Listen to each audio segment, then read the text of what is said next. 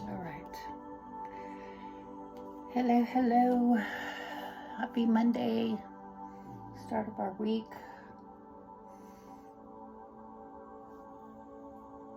Wanted to jump on before I head to work. Had a really rough night sleeping. So,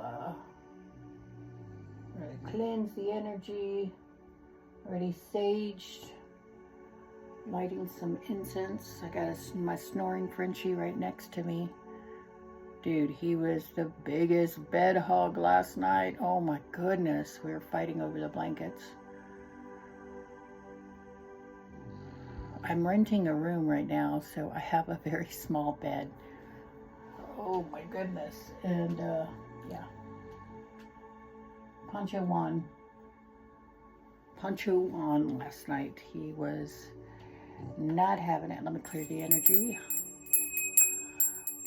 All right, I got my lavender incense going. Verde saged.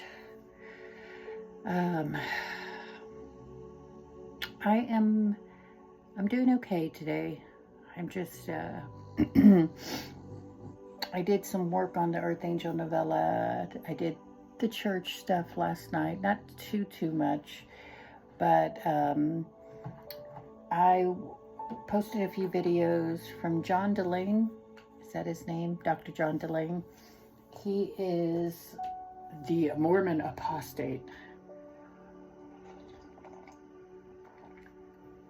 But I remember following him and his case with the Mormon Church when he started to speak up about the inconsistencies and things about the church.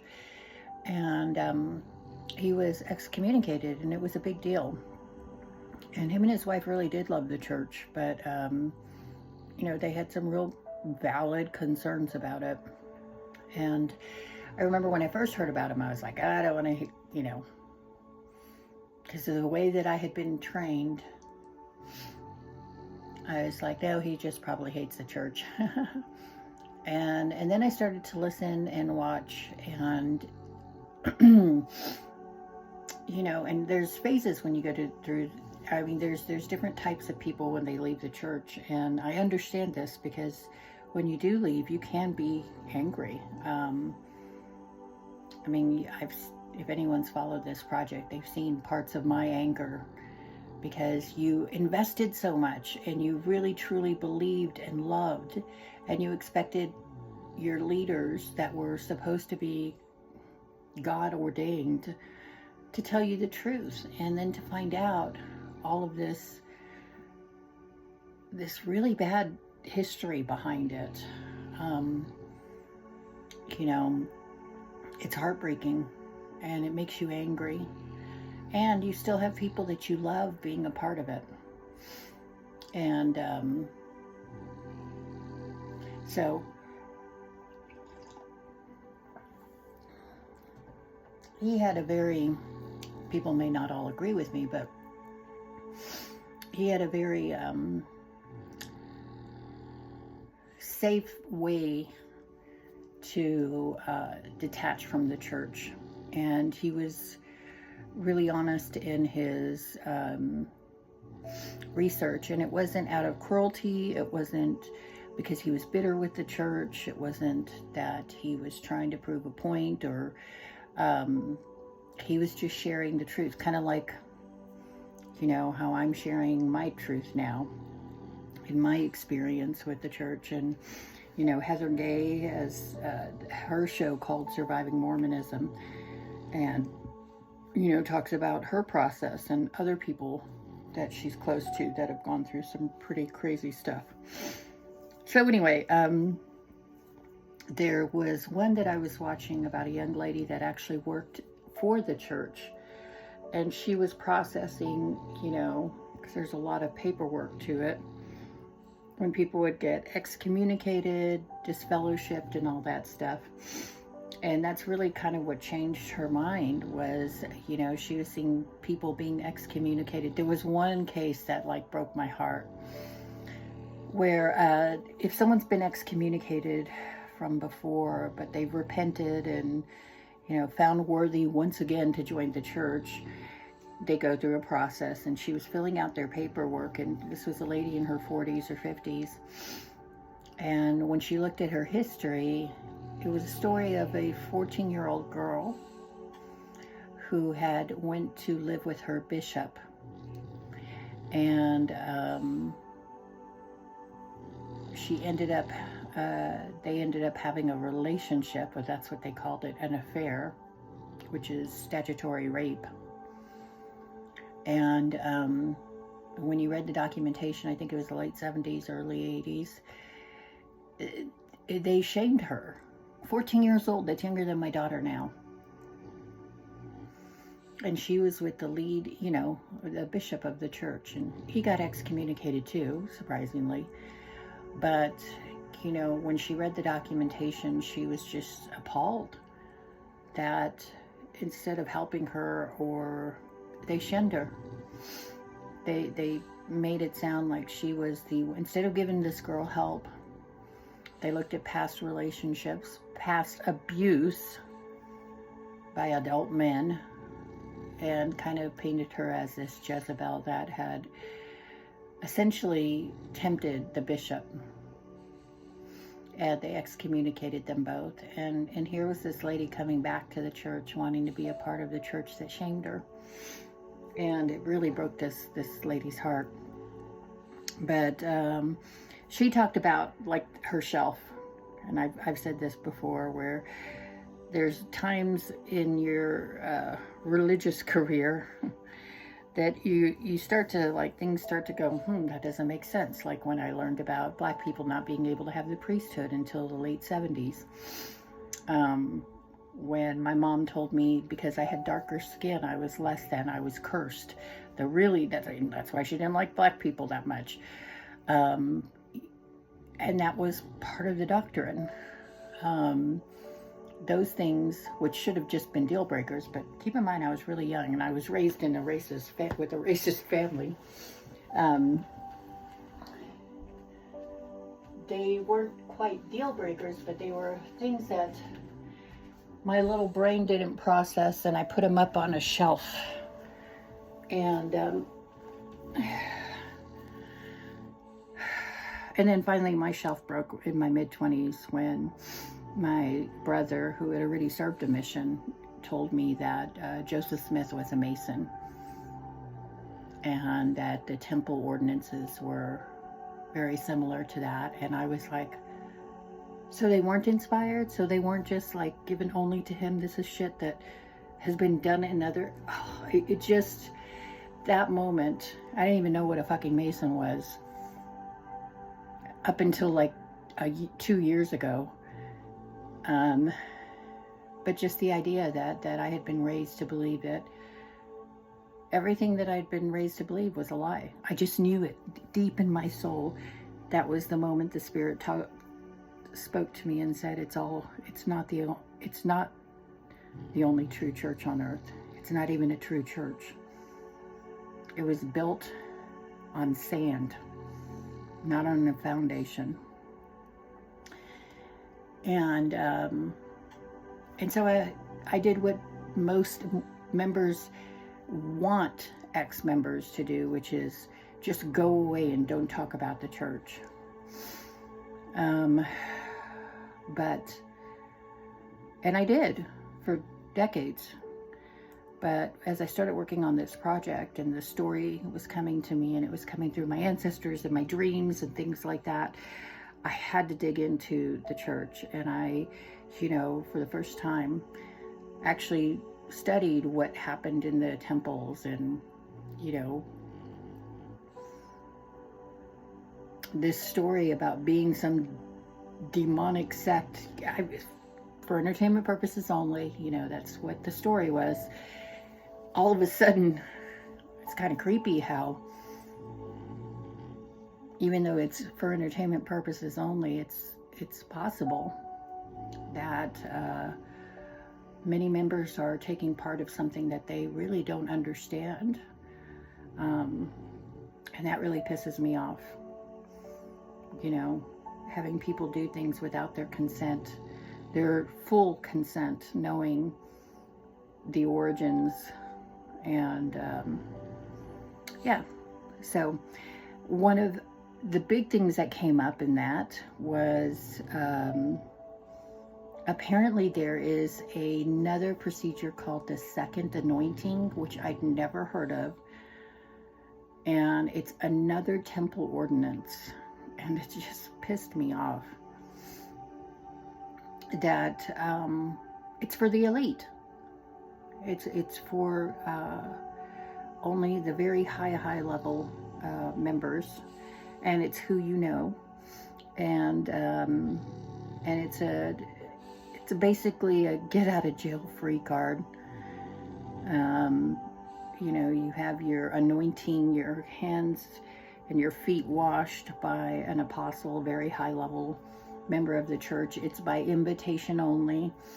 And when you've had this done in the temple, it pretty much guarantees you a fast track. It's like a Disney fast pass, straight into heaven. Only if you don't murder. But if you commit adultery, you watch porn, you do all that other shit, it doesn't matter. You're going because you got your fast pass, right? And or you don't leave the church. And so I was just shocked. Like, there's so much secrecy around these kinds of things. And why is that only available just to certain people? And who chooses that? And it just, ugh. You know, for peons like me, or, you know, we don't get part of that elite stuff, thank God. But just more confirmation of how false. It bothered me. It really bothered me. So I posted some of that stuff. And I also posted another story, another abuse story. At least it wasn't satanic ritual abuse, but this one was a horrible one of a young lady who, you know, whose father was a prominent dentist. He was actually a bishop of a church, and he had been abusing his daughter since she was just a baby. They have him confessing on tape. They recorded him confessing these things, and he was friends with the stake president, and it's just a really horrible story. And in Idaho, how they wanted to press charges against him, but the prosecutor too fucking lazy to do it, or too connected. And again, they didn't want this to get out, because while he was doing this, the church was inspired to call him as a bishop, to have him hold these high-ranking church positions, which only proves that they weren't inspired. Because how could they allow a pedophile to be around kids and things like that? And then it turns out he did confess to his stake president things that he was doing, and they prayed over him and forgave him, never telling the wife what had happened. It's just a really sad story. The church ended up settling out of court with her, of course. And she, of course, had an NDA, but when her sister was going through a divorce, or someone was going through a divorce, the father was insistent on having access to his grandchildren. What a piece of shit, right? And so it was court ordered, everything that the sister, so she asked her sister if she would speak in court, and so she was subpoenaed, and everything that had been in her, you know, case ended up coming out. And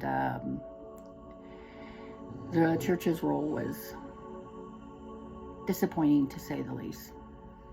Disappointing. I couldn't even listen. It was like a 4-hour session, and after a while I was just like, I can't hear any more of this.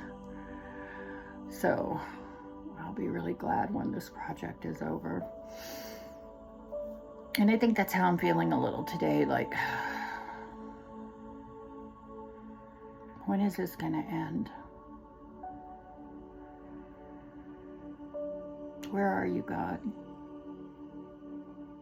How much more of you are you like the real God, not the church God, not this fake money God? When are we going to stop all of this shit?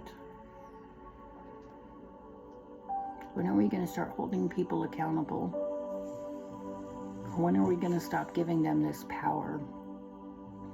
It's a little discouraging. I'm a little tired, I'll be honest with you. You know, we've got the holidays coming up, and yeah, it's tough for me. And I'm at least in the same state as my daughter, but I don't get to see her. And I probably won't see her for the holidays. And it's just, when God? When, universe? When is karma gonna finally fucking balance? Because we're tired. Not just me. You know, the world. Look at, I'm tired of evil people winning. You have some dementia-ridden, syphilis brain net twat that is the President of the United States, and all of his fucking enablers that are terrorizing the nation with their evil demon Gestapo, ICE. And you've got Israel still attacking people. Ceasefire my ass. You've got the Congo, you've got Sudan. I mean, you've got so much going on. When is this gonna stop?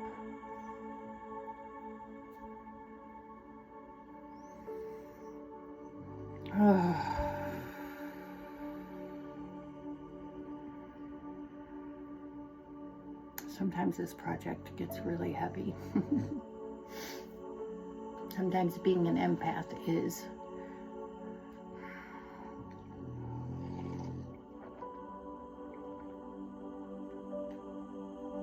really tough.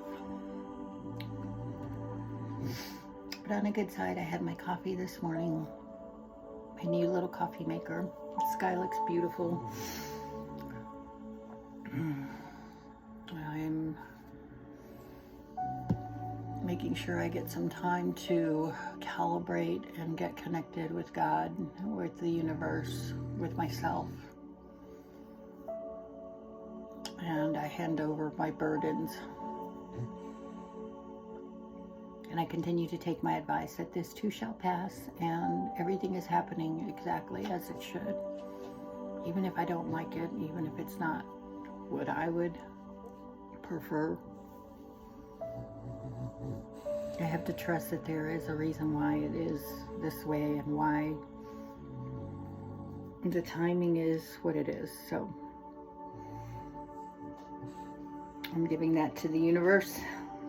I'm going to read A New Earth, Awakening, a Whole New Earth. So this was a really good one.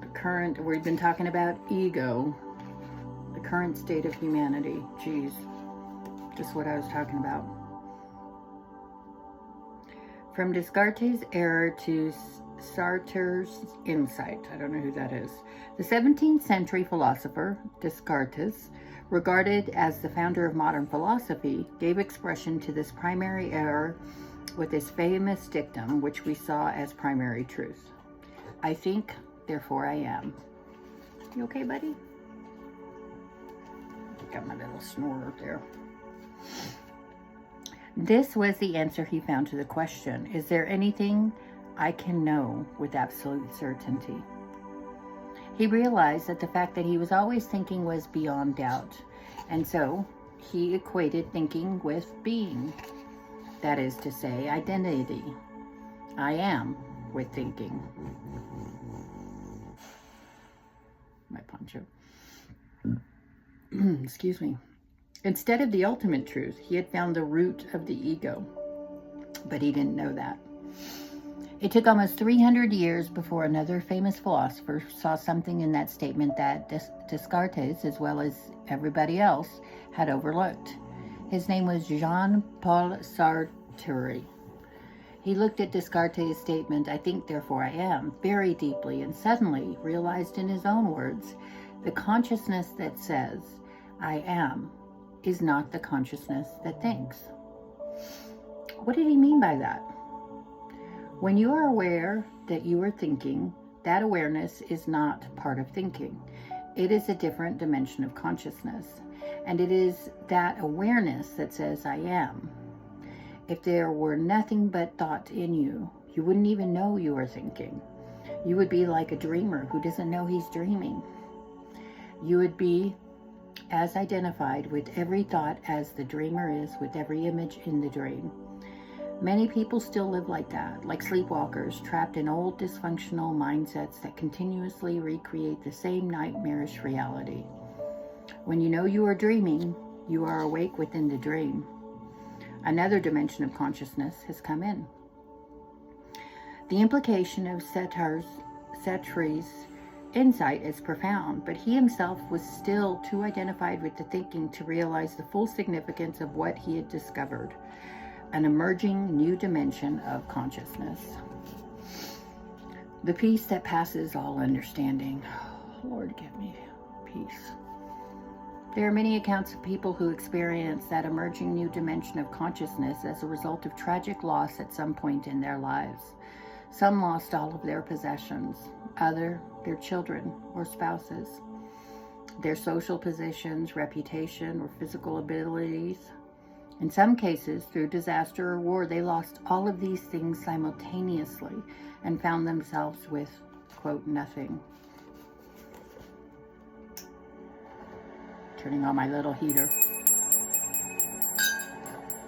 I'm gonna get my little sippy sip of coffee and then I'll continue.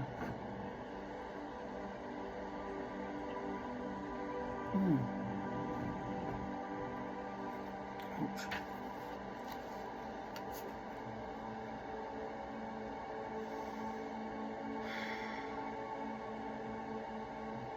We may call this a limited situation. Whatever they had identified with, whatever gave them their sense of self, had been taken away. Then suddenly and inexplicably, the anguish or the intense fear that they initially felt gave way to a sacred sense of presence. A deep peace and serenity and complete freedom from fear. This phenomena must have been familiar to St. Paul, who used the expression, "the peace of God which passeth all understanding." It is indeed a peace that does not seem to make sense, and the people who experience it ask themselves in the face of this, how can it be that I feel such peace? Wow. The answer is simple. Once you realize what the ego is and how it works, when forms that you had identified with that gave you your sense of self collapse or they're taken away, it can lead to a collapse of the ego, since ego is identified with form. When there is nothing to identify with anymore, who are you? When forms around you die or death approaches, your sense of beingness, of I am, is freed from its entanglement with form. Spirit is released from its imprisonment in matter. You realize your essential identity is formless. It's an all-pervasive presence of being prior to all forms, all identifications. You realize your true identity as consciousness itself, rather than what consciousness had identified with. That is the peace of God. The ultimate truth of who you are is not I am this or I am that, but I am. Be still and know that I am.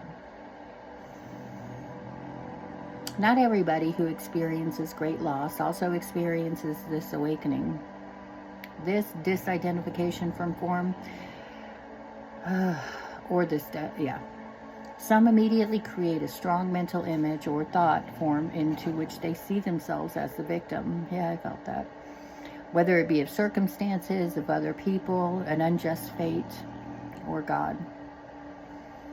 The thought form and the emotions it creates, such as anger, resentment, self-pity, and so on, they strongly identify with. And it immediately takes the place of all other identifications that have collapsed through the loss. In other words, the ego quickly finds a new form. The fact that this new form is a deeply unhappy one doesn't concern the ego too much, as long as it has an identity, good or bad.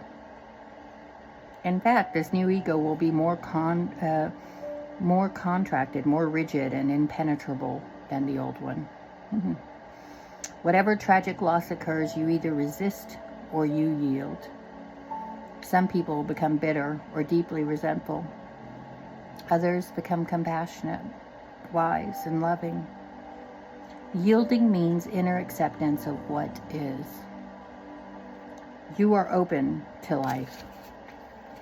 Resistance is an inner contraction, a hardening of the shell of the ego. You are closed. Whatever action you take in this state of inner resistance, which we could also call negativity, will create more resistance. I needed this today. And the universe will not be on your side. Life will not be helpful. If the shutters are closed, the sunlight cannot come in. When you yield internally, when you surrender, a new dimension of consciousness opens up. If action is possible or necessary, your action will be in alignment with the whole and supported by creative intelligence. The unconditional consciousness, which in a state of inner openness you become one with. Circumstances and people, then they become helpful, cooperative. Coincidences happen. If no action is possible, you rest in the peace and inner stillness that come with surrender. You rest in God.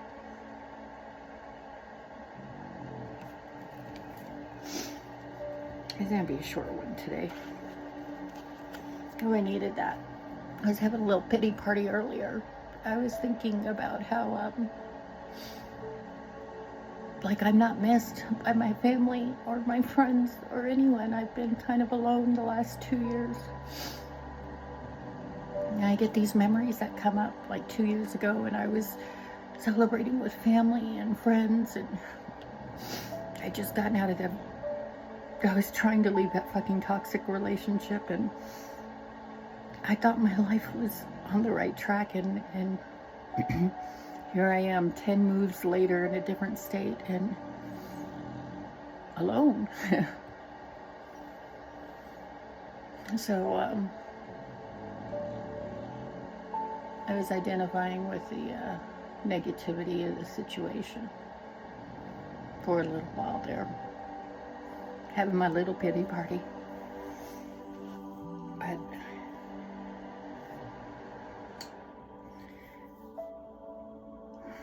also in those 2 years, although I peeled back everything, all my false beliefs, not just about religion and politics, but also about myself. I dug deep, and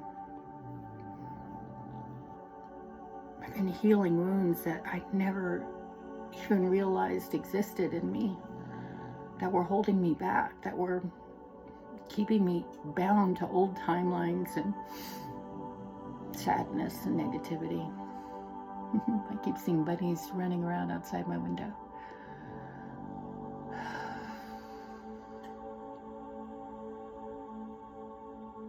And I've needed to be alone. I'm an empath.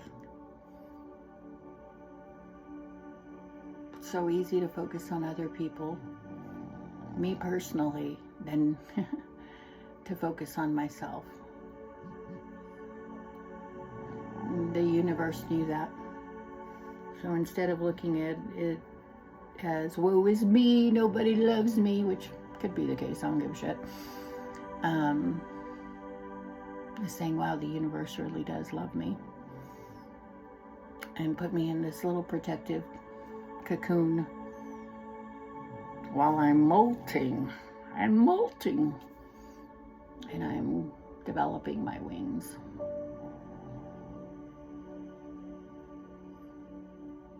And I know,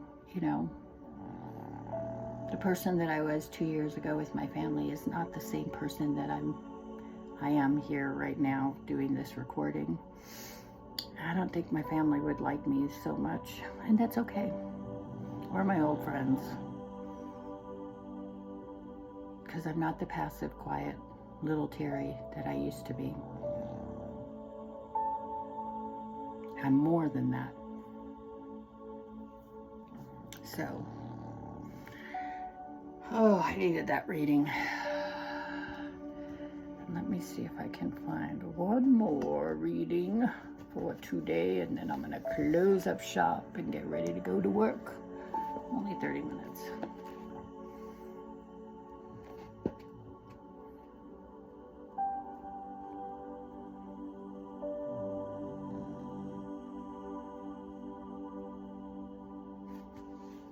Letter to a Light Worker. Page 33. I believe you came into this life with a deep inner knowing of what you were here to do, and an inner guidance system to make it happen. I'm not talking about a carefully laid out path which comes with an instruction manual, but rather an unshakable, deep-seated knowing that you are here for a reason. That there is serious work to do, and the universe will support you in doing it. I believe that until you answer this calling, you will always feel as though there is something missing and something you have forgotten. No matter what you use to numb it out, it will be there. The only way to stop the calling is to answer it. I believe that your message is so deeply ingrained that sometimes it's hard to realize that everyone else doesn't think like you. They don't. I believe you chose your parents. No matter how hard or soft, rich or poor, light or dark, young or old, present or not, kind or troubled, you chose them. And with this simple selection, you were put in exactly the right place and given exactly what you needed to inspire you to rise up, and to rise up into yourself, to rise up into your highest, most authentic self, to take your position. I believe that your tragedies, your losses, your sorrows, your hurt happened for you, not to you. And I bless the thing that broke you down and cracked you open because the world needs you open.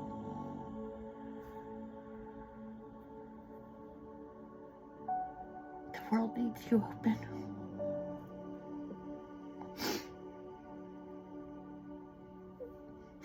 I believe that life lessons are about getting it right. I believe that life lessons are less about getting it right and more about getting it wrong. I believe that you are more on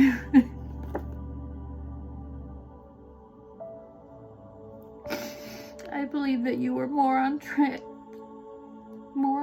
than you feel, even if you don't feel it, especially if you don't feel it. Thank you, universe. For the further you get off track, the closer you actually are to abandoning the wrong path and leaping into the right one. I believe that you are closer than you think and more qualified in your message than you could ever fathom. I believe that the things that you are here to teach are the very things that you most need to learn. Ooh, universe, you got me good today. And that the best teachers are the ones that struggle the most, because when they get it, they get it with the triple smackdown. Ain't that the fucking truth? Ooh, okay.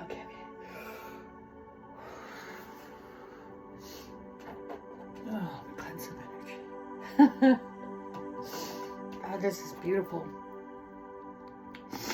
I believe that the darkness is a birthing process, and that in order to find your light, you first need to venture through the shadows of your ego. I believe that in order to be a light in the world, you first need to come home to who you are, you truly are, and then bravely show it to all of those around you. I believe that you are surrounded by a personal team of angels, guides and teachers and ancestors, both in this world and beyond, who are so completely devoted to your growth that if you knew, you would not spend one more day worrying about if things will work out.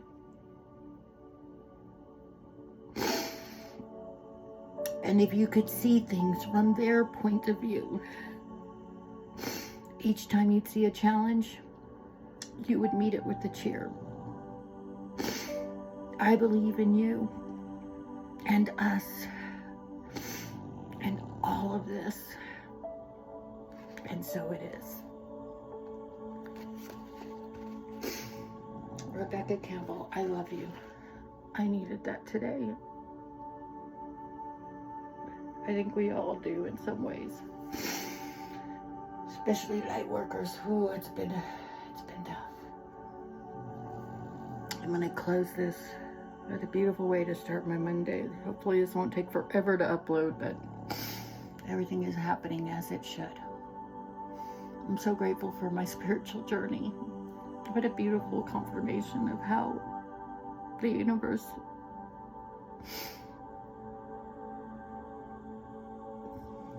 loves me, loves us. I hope that I can help inspire people to go on their own spiritual journeys and connect to their team and find peace, true peace, in such a fucking crazy world. And I'm thankful beyond belief, even for the shitty days. Because they remind me